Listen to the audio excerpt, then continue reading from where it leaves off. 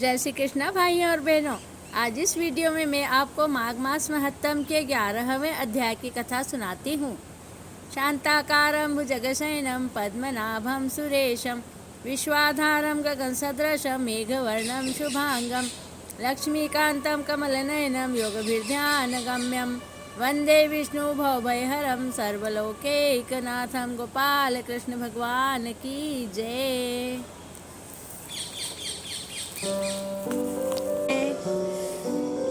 माघ मास महात्मा 11वां अध्याय। विकुंडल के पुण्य दान से कुंडल का स्वर्ग में जाना।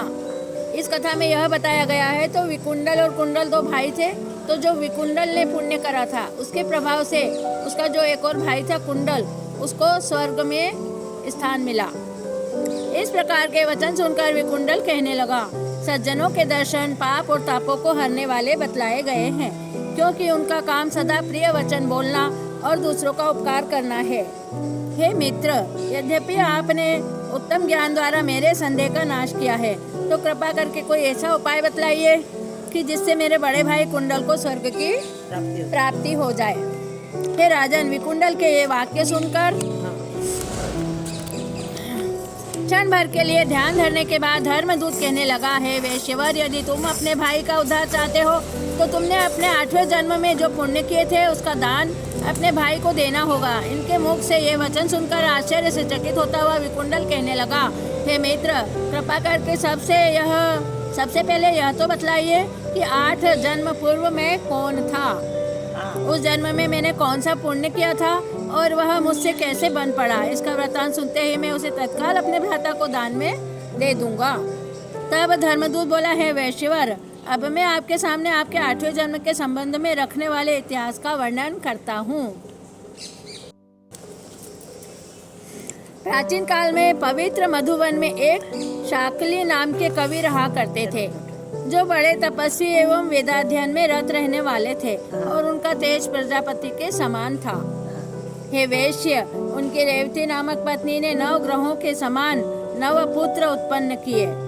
निमोह, जीतमाय, ध्यान काम और गुणाती। ये चारों कुमार गृहस्थ धर्म से विरक्त होकर सन्यासी हो गए थे। उनकी कोई भी कर्म करने में रुचि नहीं थी और वे संग तथा परिग्रह से सर्वथा रहित थे। उन्होंने शिखा और यज्ञोपवीत का भी त्याग कर दिया था और उनकी दृष्टि स्वर्ण और पाषाण में समान रूप से थी। वे चाहे जिस वस्तु का आच्छादन कर लेते थे। उनकी कोई भी कर्म करने में रुचि नहीं थी और वे संग तथा परिग्रह से सर्वथा रहित थे। उन्होंने शिखा और यज्ञोपवीत का भी त्याग कर दिया था और उनकी दृष्टि स्वर्ण और पाषाण में समान रूप से थी। वे चाहे जिस वस्तु का आच्छादन कर लेते थे और चाहे जहाँ बैठ जाते थे तथा फिर ब्रह्मा का चिंतन किया करते थे। उन्होंने निद्रा, भूख, प्यास और मन आदि को अपने वश में करते हुए पवन और आदि को सहन कर लिया था। वे चराचर जगत को विष्णु रूप देखा करते थे और मौन धारण किए वे भूमंडल पर विचरण किया करते थे। हे वैश्यवर, उस समय तुम मत्स्य देश में अपने कुटुंब के साथ रहा करते थे। एक दिन की बात है कि दोपहर के समय वे चारों ऋषि कुमार भूख और प्यास से पीड़ित होकर तुम्हारे घर आए।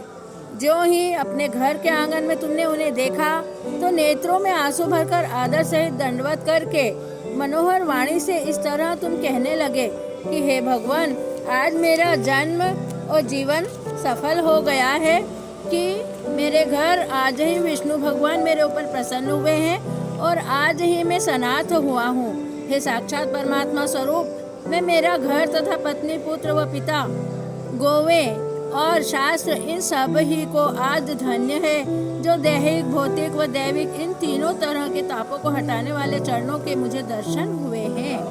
हे दयालु, आपका दर्शन केवल सौभाग्यशालियों को ही हुआ करता है। फिर तुमने सुंदर व स्वादिष्ट पकवान पकवा कर उन महात्माओं को भोजन करवाया जिससे वह अत्यंत संतुष्ट हुए। उस रात्रि को भी उन महात्माओं ने तुम्हारे यहाँ विश्राम किया और अपने नियमानुसार वे रात्रि भर भगवत भजन में मग्न रहे। रात्रि भर उन्होंने उसके घर में भजन कीर्तन किया। हे वैश्य, उन महात्माओं का अतिथि सत्कार करने से जो लाभ हुआ उसको मैं अपने मुख से वर्णन नहीं कर सकता, क्योंकि सृष्टि में प्राणियों में बुद्धिमान, बुद्धिमानों में विद्वान, विद्वानों में कृतबुद्धि, कृतबुद्धियों में क्रिया करने वाले और क्रिया करने वालों में ब्रह्मवादी, ये उत्तरोत्तर श्रेष्ठ है।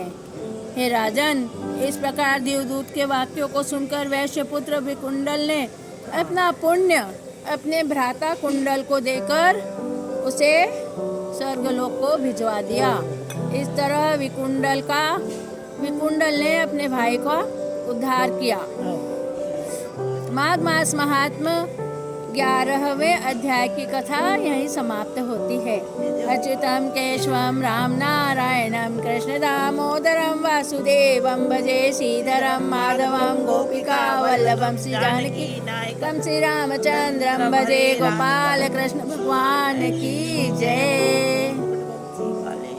प्रिय भाइयों और बहनों, अगर आप मेरे चैनल पर नए हैं तो जल्दी से मेरे चैनल को सब्सक्राइब कर दीजिए और बेल आइकन को प्रेस कर दीजिए।